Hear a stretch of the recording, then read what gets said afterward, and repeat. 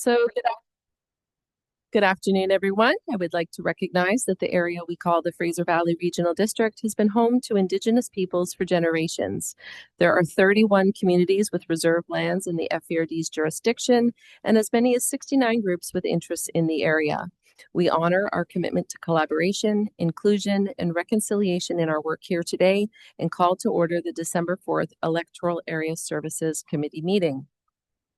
So the first item on our agenda is the election of the Electoral Area Services Committee Chair. To facilitate this election, I would like to ask for a first call of nominations for Chair for the Electoral Area Services Committee. Director Davidson? Nominate Director Castle. Thank you, Director Davidson. And for the committee's awareness, as per our procedures bylaw, Director Castle has accepted this nomination in absentia in writing. Are there any other nominations? Director Dixon? Director Dickey? Director Dickey, do you accept this nomination? For a second time, are there any other nominations for the position of Chair of Electoral Area Services Committee? For a third and final time, are there any other nominations for the position of Chair of the Electoral Area Services Committee? Hearing none, I now close the nominations and declare that there will be an election for Chair of the Electoral Area Services Committee. The procedures of the FERD board allow for each of the nominated individuals for chair to address the board for 1 minute. Since Director Castle is absent, Director Dickey, you have the floor to address the committee. Thank you. I wasn't really expected to make a speech, but I think after 23 years, and I'm not sure how many as chair of the East Committee, everyone knows who I am and the way I operate. And I would hope that they will decide on their own and choose who they think would be best for the position. I certainly would like to say that I think Director Castle would make a good chair also. So thank you. Thank you, Director Dickey. So this election is conducted by secret ballot, and as such, please write down the name of the individual you would like to be chair of the Electoral Area Services Committee.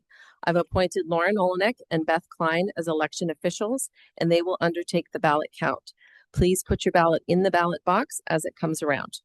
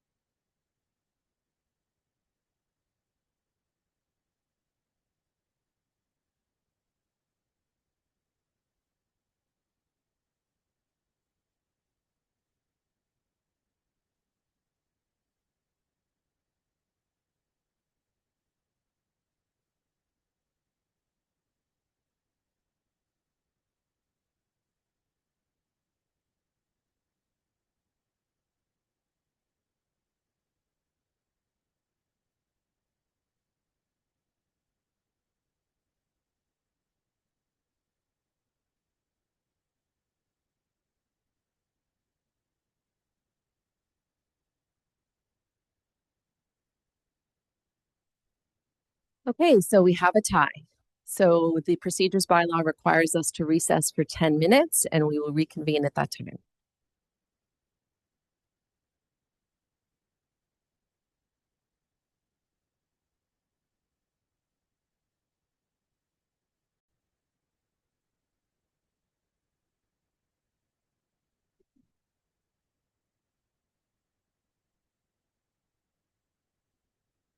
So we're going to reconvene the election for Chair of the Electoral Area Services Committee. And once again, this is conducted by secret ballot. So I will ask Lauren Olenek and Beth Klein to take the ballot box around.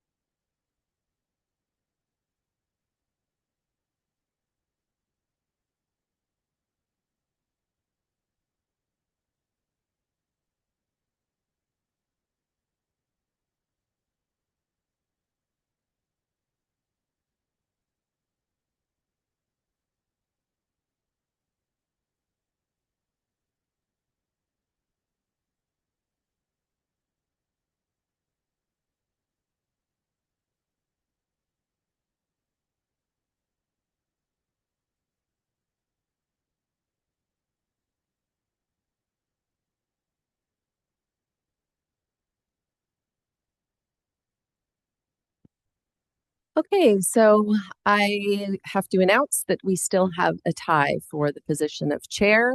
And so I'm going to ask our Deputy Corporate Officer, Lauren Olenek, to run through the procedure. All right, thank you, Ms. Kinnaman. So at the May board meeting this year, the board adopted a new board and committees procedure bylaw that outlines a new process for tie votes. As set out in section 4.10.11, after 2 consecutive rounds of voting, there continues to be a tie vote between 2 or more persons. These persons become the candidates and the results of the election will be determined by lot. The name of each candidate will be written on a separate piece of paper, folded in a uniform manner, and placed in the voting box. Stacy Barker, Deputy CAO, will withdraw 1 piece of paper and give it to Jennifer Kinnaman, who will declare the chosen name as the elected chair.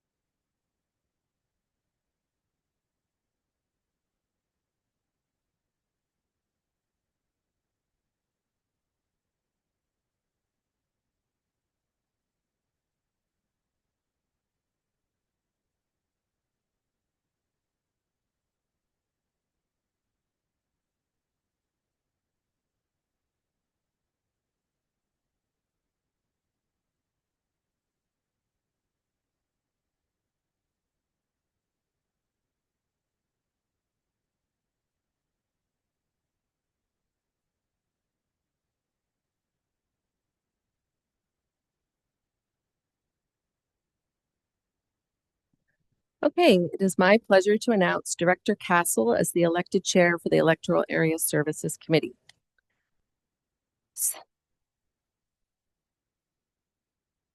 So at this time, I will facilitate the election of Electoral Area Services Vice Chair.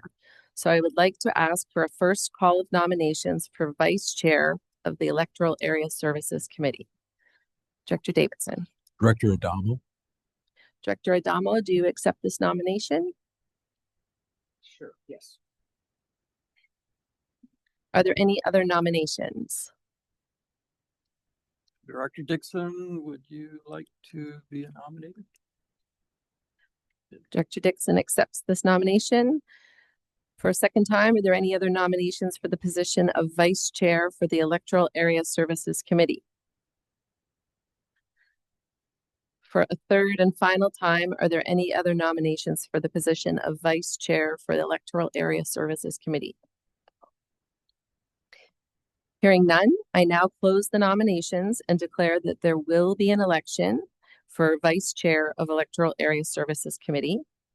And again, the procedures of the Fraser Valley Regional District Board allow for each of the nominated individuals for Vice Chair to address the board for 1 minute.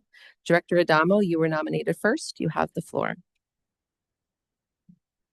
Kind of like Bill, I wasn't expecting that either. But thanks very much. Thanks for the nomination. I believe that I would be a great asset as the vice chair in this position, helping our team develop and gain stronger relationships both in provincial government and in the internal operations of our organization. I believe that I have a lot of assets to bring to that position, and that my corporate sector work and my private sector work have blended nicely to put me into this position. So thanks very much. I look forward to gaining your trust and support. Director Dixon, you now have the floor to address the committee. Oh, thank you. Thank you for the nomination. I bring to the table 11 years of director experience and 3 years as vice chair. I learned much and continue to learn in this ever-changing landscape. As vice, I believe it's important to respect the other directors and the chair, even if we disagree on an issue. To be a powerful listener and to speak carefully. Respecting each other and their views is vital for a strong working relationship and for the success of our committee and board. I bring strong leadership and communication skills and a good knowledge base. As vice chair, these skills are important. I do my best to stay on top of what is happening and attend meetings and sessions and try to just be in the loop. I love working on behalf of Area H, but know the importance of being aware of what's happening in the other electoral areas. I check in on people, try to understand their points of view, and will continue to do so. I ask for your vote and look forward for another year as vice chair. Thank you. So this election is conducted by secret ballot, and as such, please write down the name of the individual you would like to be vice chair of the Electoral Area Services Committee. I've appointed Lauren Olenek and Beth Klein as election officials, and they will undertake the ballot count. Please put your ballot in the ballot box as it comes around.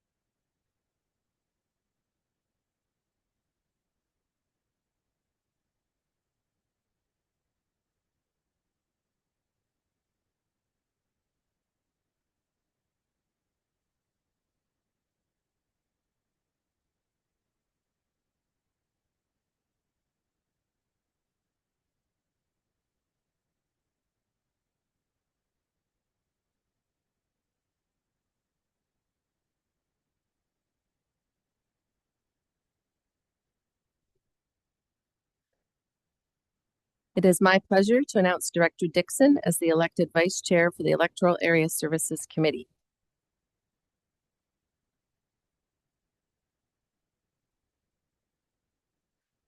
So looking to our agenda, this poses some interesting challenges for us this afternoon. So since our new chair is absent, we can bypass item 5, remarks by the Electoral Area Services Committee Chair, as well as the chair's report on the Regional and Corporate Services Committee meeting. However, I would ask if Vice Chair Dixon could chair the remainder of the meeting. So if you want to just take the seat at the chair.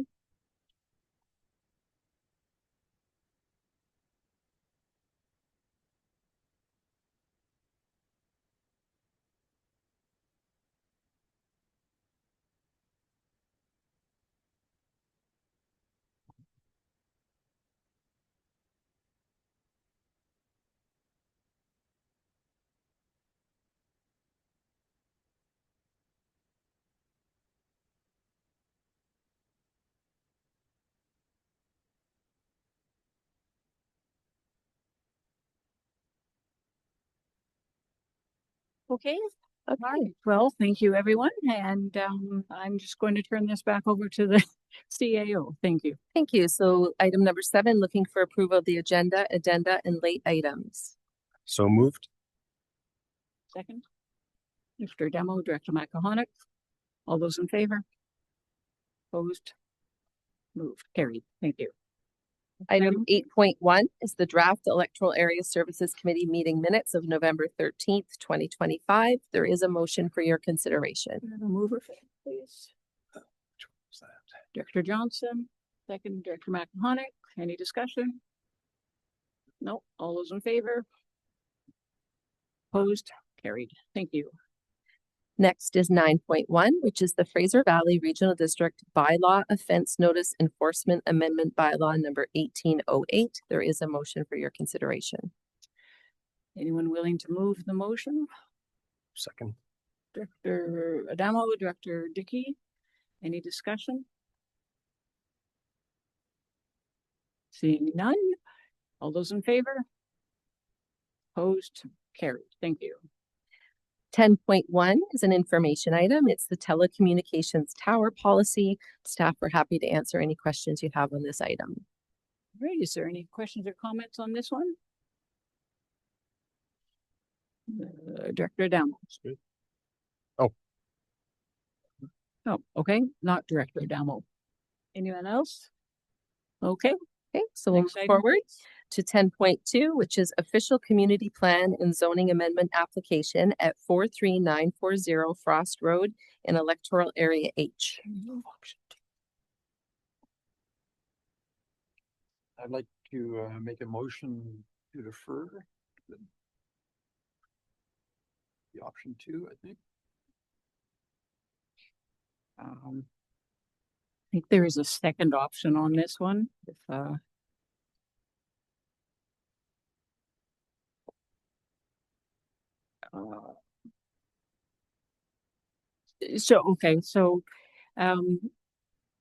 I speak to this one then?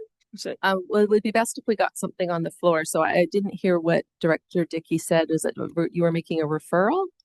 Yeah, if I could, please. So it was because I see in the package that there's option 1 and then option 2 is consideration of first reading. So you'd like to refer it back to staff? Consideration. I'll take option 2. Okay, so option 2, which is on page 51 of the agenda, which is to direct staff to bring the OCP and zoning amendment applications as submitted for consideration of first reading.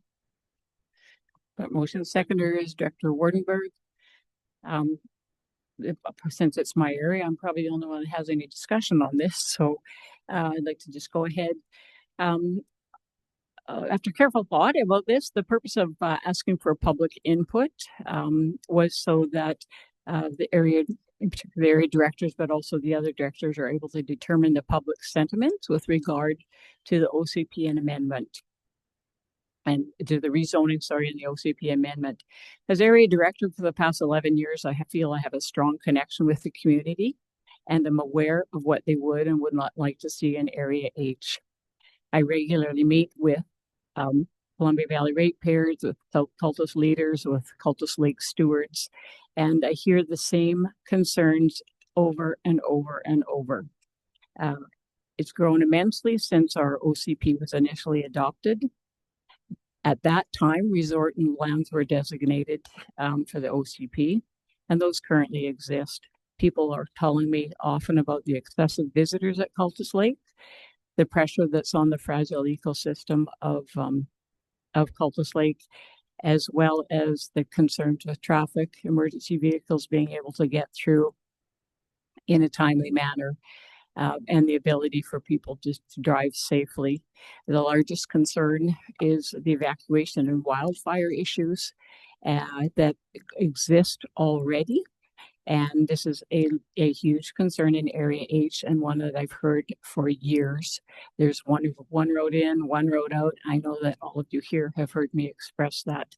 And Crossroad at this time also has one lane, just because the atmospheric river has caused the land to slide out underneath the bridge.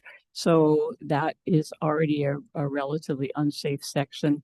And so my thought was, as area director, I feel confident. I'm aware what the residents would like for their area, and that is why that I just would have made the motion to do what needs to be done to move it to first reading. Thank you.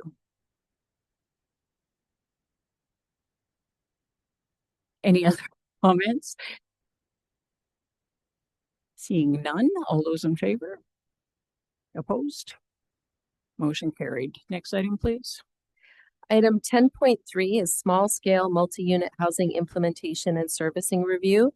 We do have a few introductory comments and a couple of slides to share from staff. Okay, thank you. Miss Mundy. Hi, committee. So I just want to provide a brief introduction to the staff report and contextualize the recommendations that were being considered today. So just to start, I just want to provide a few key dates around small scale multi-unit housing.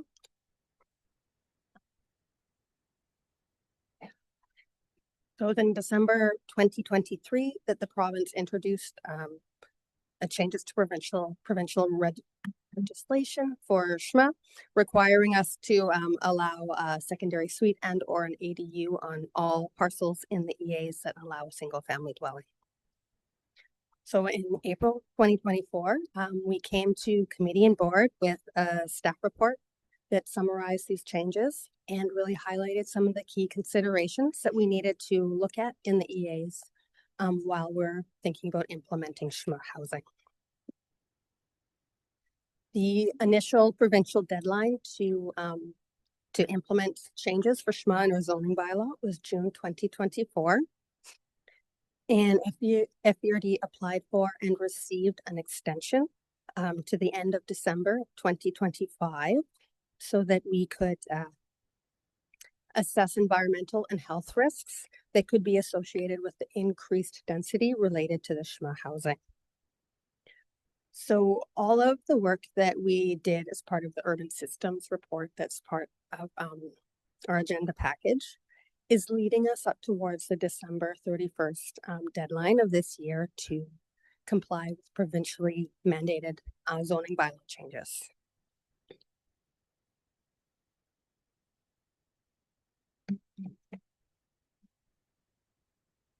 So in our assessment of looking at SHMA housing, we identified 3 critical values that had to be looked at in the electoral areas if we're going to be allowing additional housing density. One of those was geohazards, and we have really robust policies in place to address geohazard risk within the EAs. This includes a number of development permit areas, documents to guide what a hazard assessment looks like. And recently we did a small amendment to our hazard acceptability thresholds document to clarify how suites and secondary dwellings fit into our existing matrix and policies. Another critical value was servicing capacity of FBRD water and sewer systems. And this is something that urban systems looked at really quite closely. And they concluded that FBRD water and sewer systems can generally accommodate the projected growth and uptake from SHMA housing. There's a few areas that are going to require careful monitoring, and that monitoring of our systems will just be part of our routine work. The third and critical value that we're going to get into a little bit more is groundwater impacts and risks to groundwater. So urban systems, as part of their work, they did a high-level assessment of the risk, and they did a review of the regulatory framework for on-site septic systems. And through that work, they developed a range of options that could be used to further address and regulate impacts to groundwater. So Urban Systems was also at committee in October, and they gave a verbal presentation about these options.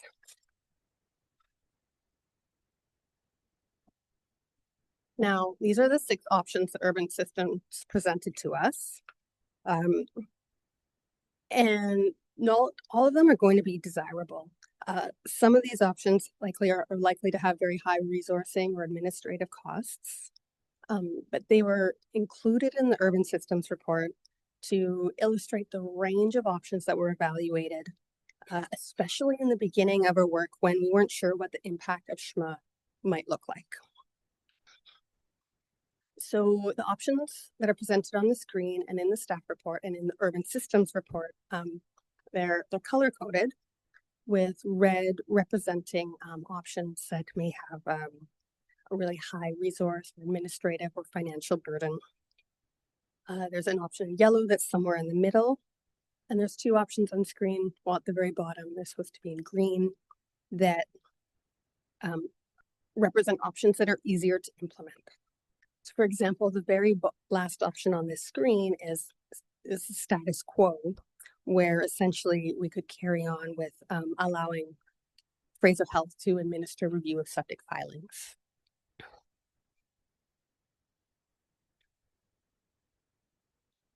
And so the purpose of the staff report that's in front of us today is just to share details and conclusions from the work that's been done by Urban Systems to date. This work, it enabled us to move forward with the adoption of zoning bylaws that we need to do to comply with provincial deadlines. Receiving this Urban Systems report will also allow us to meet our grant funding requirements. And it gives us a framework of options that we can use to consider how we want to further address risk to groundwater if we wish to. So you're not being asked to make a choice about any of the risk management options today. Rather, the staff recommendations are that we receive the technical reporting from Urban Systems, and then that staff come back to you in early 2026 with recommended options. So we're open to hearing more early feedback about how we might want to proceed with mitigating risk to groundwater. But a definitive choice doesn't need to be made today, and we're not committing ourselves to any action in today's meeting. Thank you, Ms. Money. We have to get the motion on the floor first, I'm assuming. That would be ideal, Chair. Okay, all right. So we have the staff recommendations on our package. Anyone wishing to move that? Director Adamo and Director Davidson. Any comments or questions, discussion? Director Davidson? Right. So some staff know already, I've been looking for a Miracle Valley Aquifer water model basically since 2018. And I know that we went into a data gathering phase. If we're talking about groundwater risk, I'm looking to have aquifer capacity as part of the scope of that assessment. And my understanding is for that to work, you need a groundwater model in order to be able to do anything predictive, whether increased demand on the aquifer results in a risk to that aquifer, or everybody who's consuming from that aquifer. But that means that the model needs to be in place, to my understanding. But there's a bit of disconnect between the staff work plan, which basically had the model, as I read it, being finished by the end of this year. But then earlier this week, I've learned that it's not there yet, and I'm not quite clear when it would be there. So my challenge is that we come up with a groundwater risk assessment that does not consider aquifer capacity in a numeric data-driven way, because we do have the data, we just don't have the model.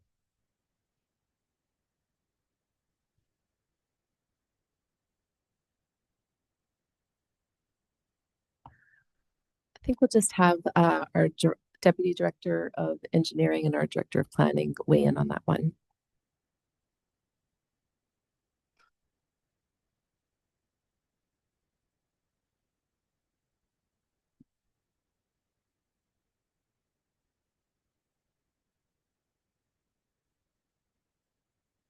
I may, through the chair.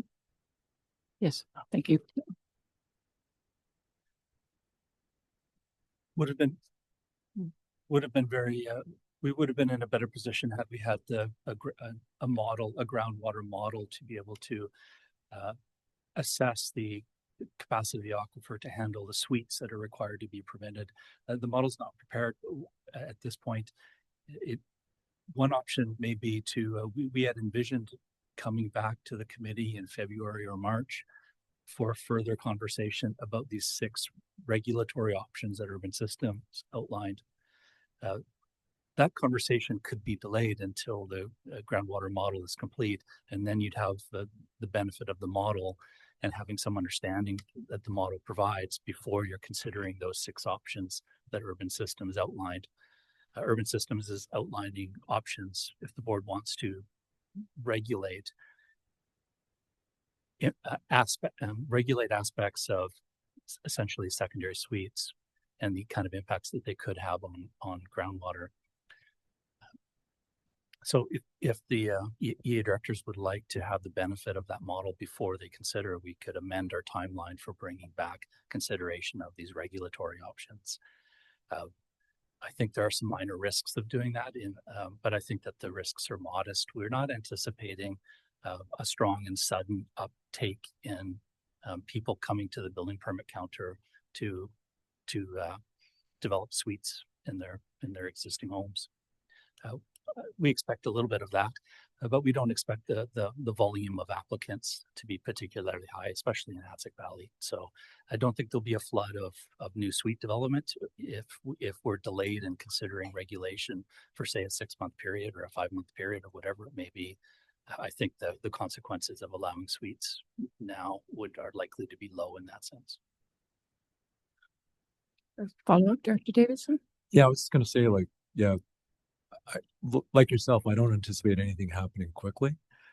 I just want to ensure that it's addressed at some point. So whether it's a phase 2, and you stick to your original timelines, or phase 1, call it, is deferred until that model is in place. I'm open either way. As you're looking for input at this point, I just want to make sure that it's addressed at some point. It does provide context to land use decisions. For example, I've had potential developers call up and say they want to consider rezoning something in a way that would be aligning with the OCP. And my standard response for years now has been, yeah, I get it. I know it aligns with the OCP. However, I'm waiting on this water model to understand the risks around it. So I've been pushing things back because of it. So it does need to be addressed. That's just the context for it, for where I am. But I'm open to either approach. Just want to make sure it does get addressed. Thank you. And can that just be staff direction? Yeah, we're comfortable with that as direction. Okay, thank you. Director Wardenberg. Yeah, thank you. Through the chair to staff. Yeah, I heard you don't anticipate any, but what happens to an application when it comes through? at this point in time. Like if we get an application for an accessory dwelling unit on January, what happens? Thank you. Through the chair to Director Wardenberg. Through the building, developing accessory dwelling unit or converting space within a home to a suite requires a building permit for that change in use. And as a part of the building permit process, we would ensure that there's been a new filing with the Fraser Health Authority. And the filing is a document prepared by a registered on-site wastewater practitioner or potentially a professional engineer, depending on the nature of the system. And that filing would address the additional flows associated with the suite. So our role would be limited to not proceeding with building permit until we're shown evidence that that filing has occurred.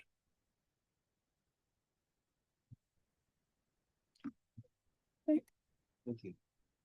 Director Dickey? Thank you, Madam Chair. Perhaps through the chair to staff. Expect that these secondary suites are going to result in a fairly minor impact to our communities.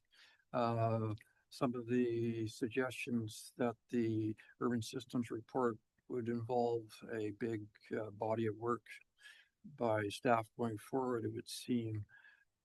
As it is right now, my understanding is the Fraser Health Authority oversees the septic field demands and approvals. And so we're suggesting we might start to take on some of those responsibilities. And I just wonder if staff might outline what that might entail. Thank you. Sure, thank you. Yeah. Mr. Ramos? The responsibility for regulating on-site septic fields, sewage disposal, that falls to the Fraser Health Authority, and they implement provincial regulations. So as I might put it, the province occupies the field, if you will, around regulating on-site septic fields.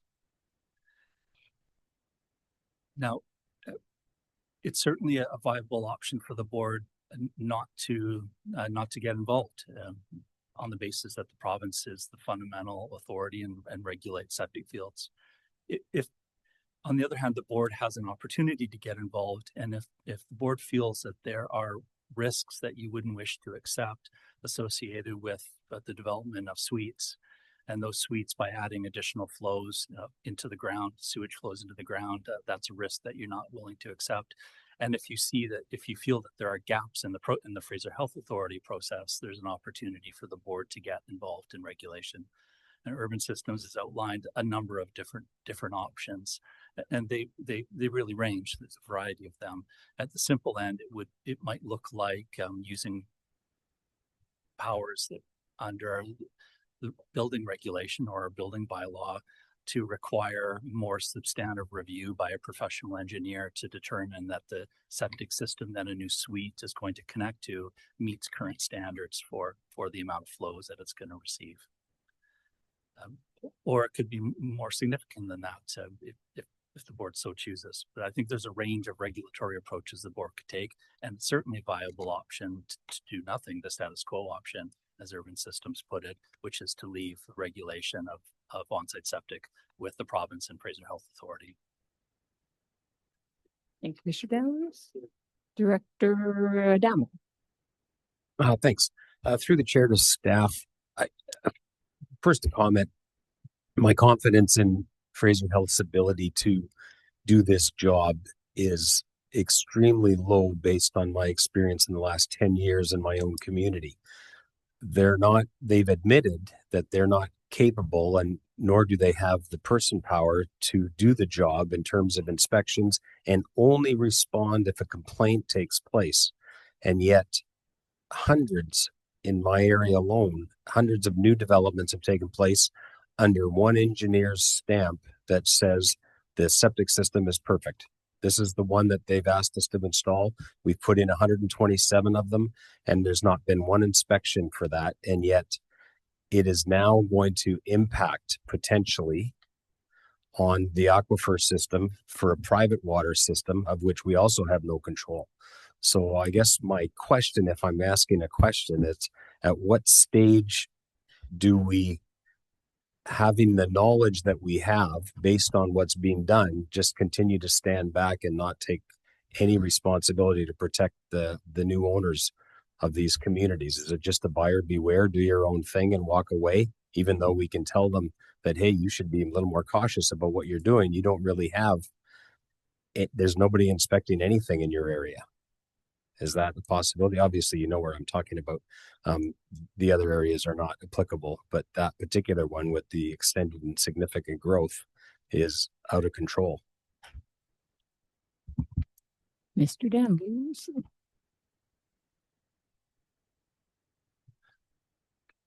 Thank you through the chair. Local governments are in an uncomfortable position in many respects around feeling a responsibility to fill in gaps that we perceive that the province leaves, and it may be soil deposit or regulation of on-site septic, or a variety of other things, and that leads to difficult resource allocation choices by the board and other local governments. I do think there are gaps in the regulation of on-site septics. As you mentioned, it's a filing process, not an evaluation. Fraser Health doesn't evaluate the materials that come in, they file them. And should they receive a complaint about an on-site septic system, then they'll investigate and respond to a complaint. But there isn't an oversight and evaluation on the design and construction of on-site septic fields. And through our work with urban systems, we came to narrow our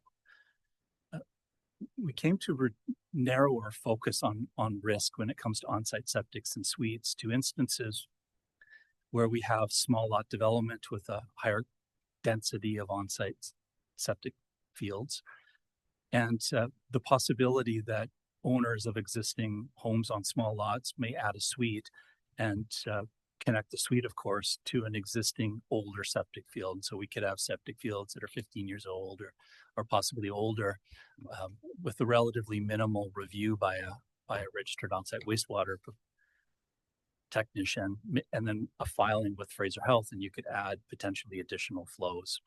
And so that, I think, when it comes to on-site sewage disposal and suites, that's sort of the tip of I think the point of most acute concern.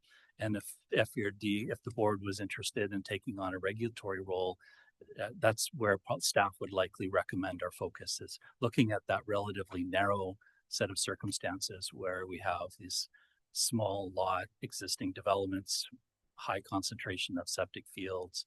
Very often those are in locations with high water tables or near lakes and other environmental amenities. And we have people who want to use septic systems that were designed under the standards of 15 years ago. And so I think if the board wants to go there, that kind of very targeted approach would be the one to explore. But as the staff recommendation today is just that we come back with a report, further assessment, come up with recommendations. I'm giving you rather off the cuff kind of opinions, but we'd like to come back to you with a more detailed report, give you a better opportunity to consider the options, including the status quo option of doing nothing. Thank you, Mr. Danilus. Ms. Director Dickey. Thank you again, Ms. Director, Madam Chair. It seems Director Adamo very rightly points out a gap in the structure right now, but that's peculiar to Sunshine Valley, as I understand it, where a new home evidently can get an approval without a septic field determination by a registered practitioner, whereas anywhere outside Sunshine Valley in the regional district does require approval from a practitioner.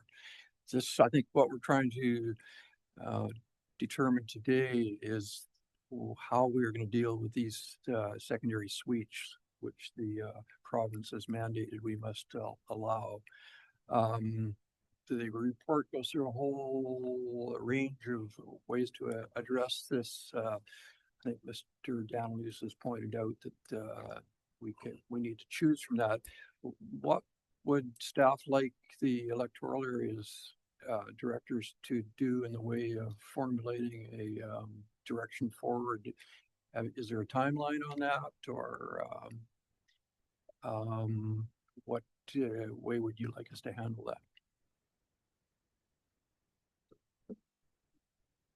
The staff recommendation is simply that the board direct staff to come back and present options.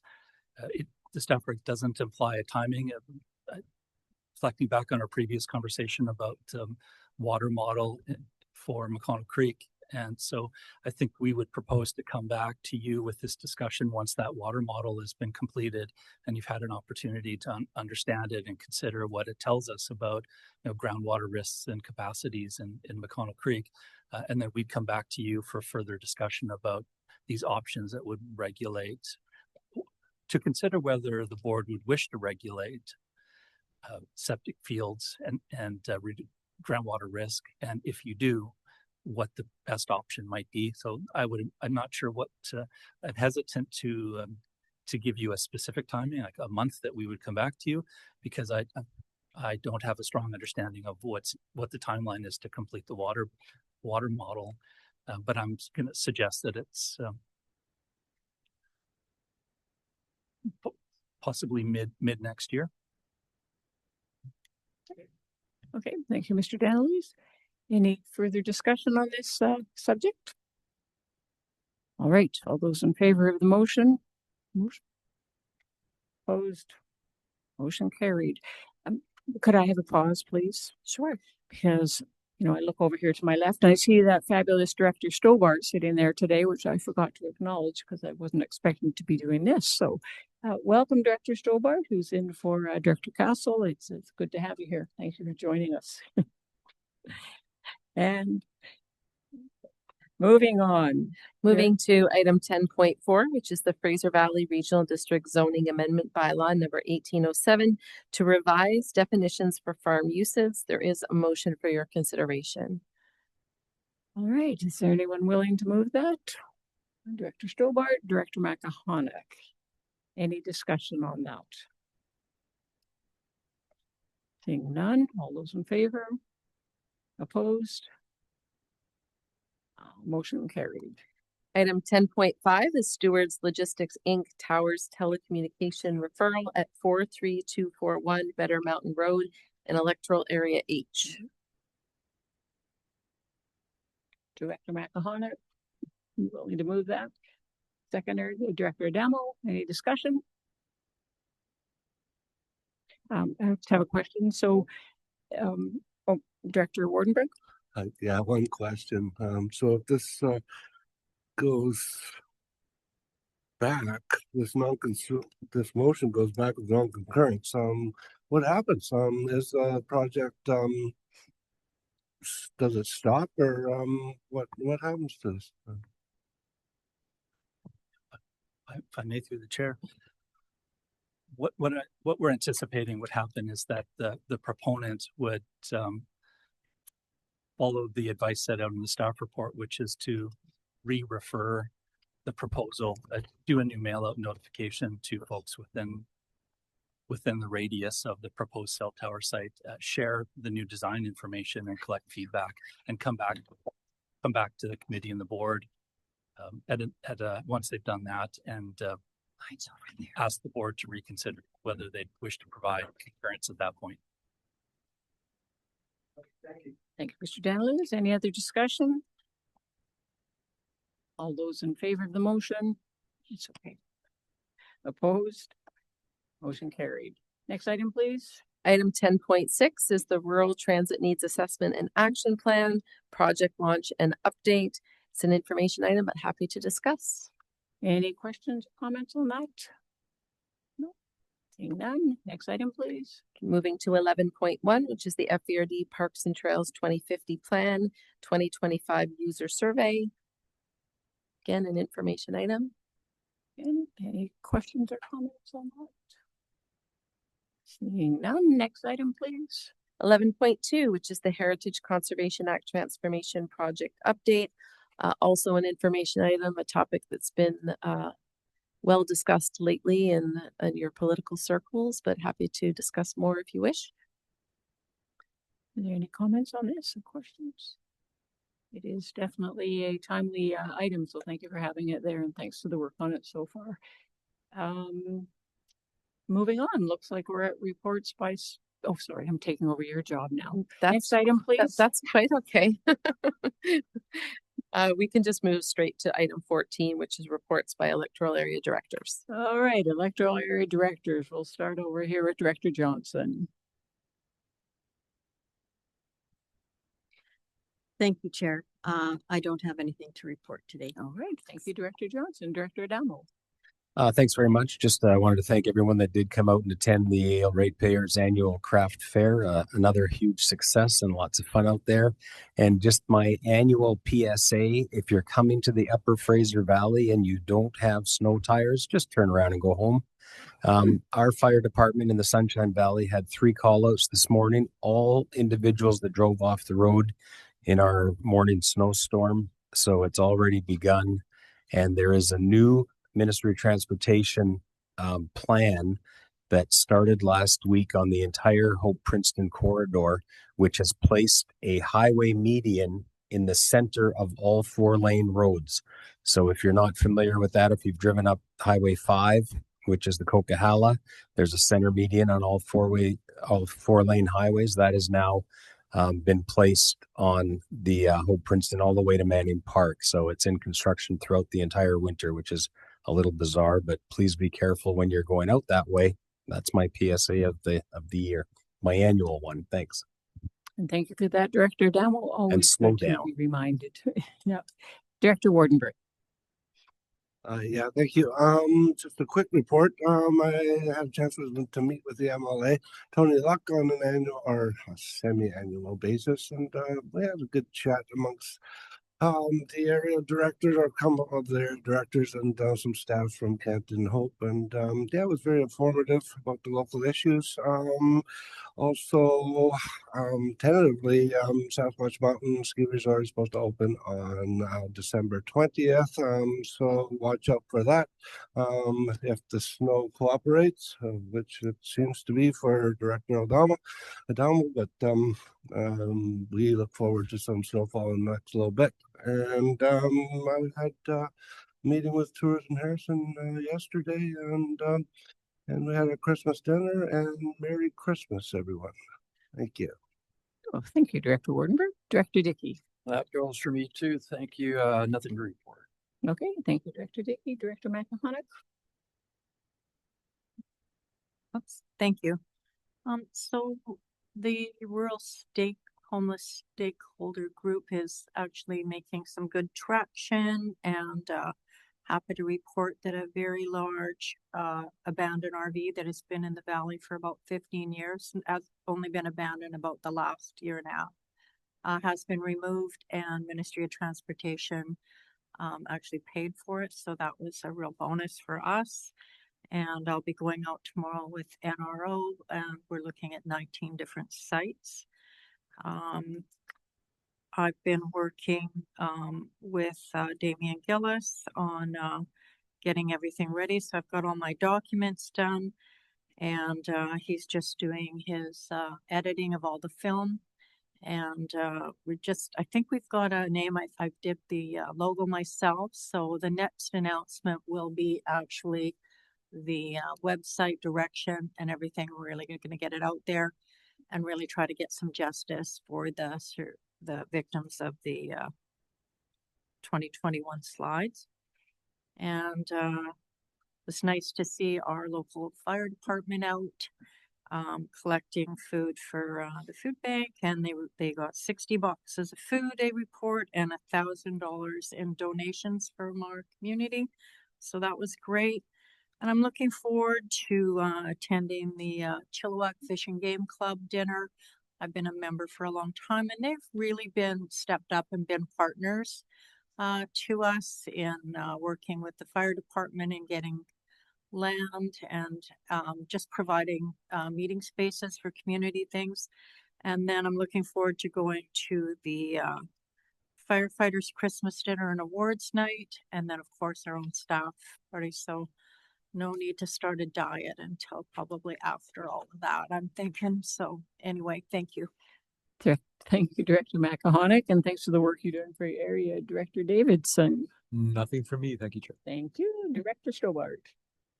Nothing to report other than the fact that the cows are still content. Okay, thank you for that. Appreciate it.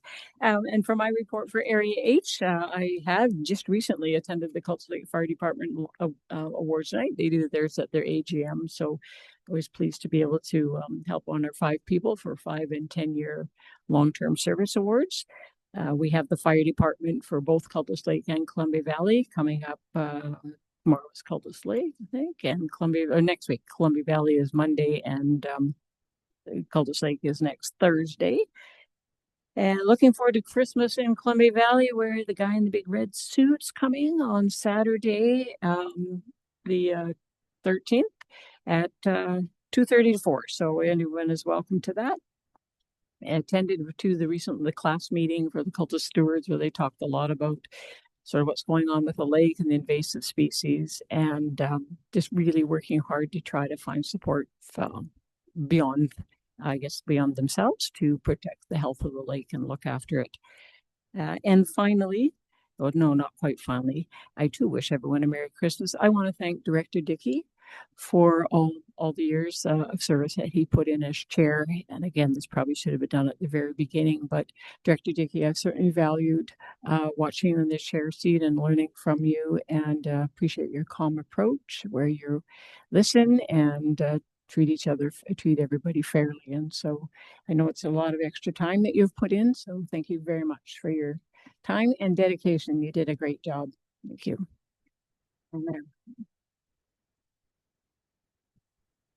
Moving on, next item, please. So moving to public question period for items relevant to the agenda, I'll just turn things over to our Deputy Corporate Officer, Lauren Olenek. Thank you. We do have a few members of the public joining us online today and one with us in person. So this would be your opportunity to ask a question relevant to an item on the agenda. For our online viewers, if you could just hit that raise hand function if you would like to ask a question. And it appears there are no questions. Thank you. Next item, please. So looking for a resolution to close the meeting. Are you willing to move that? Director Wardenberg, Director Davidson, all in favor? Opposed? All right, we are closed. Okay, we'll just take a 3 or 4 minute recess.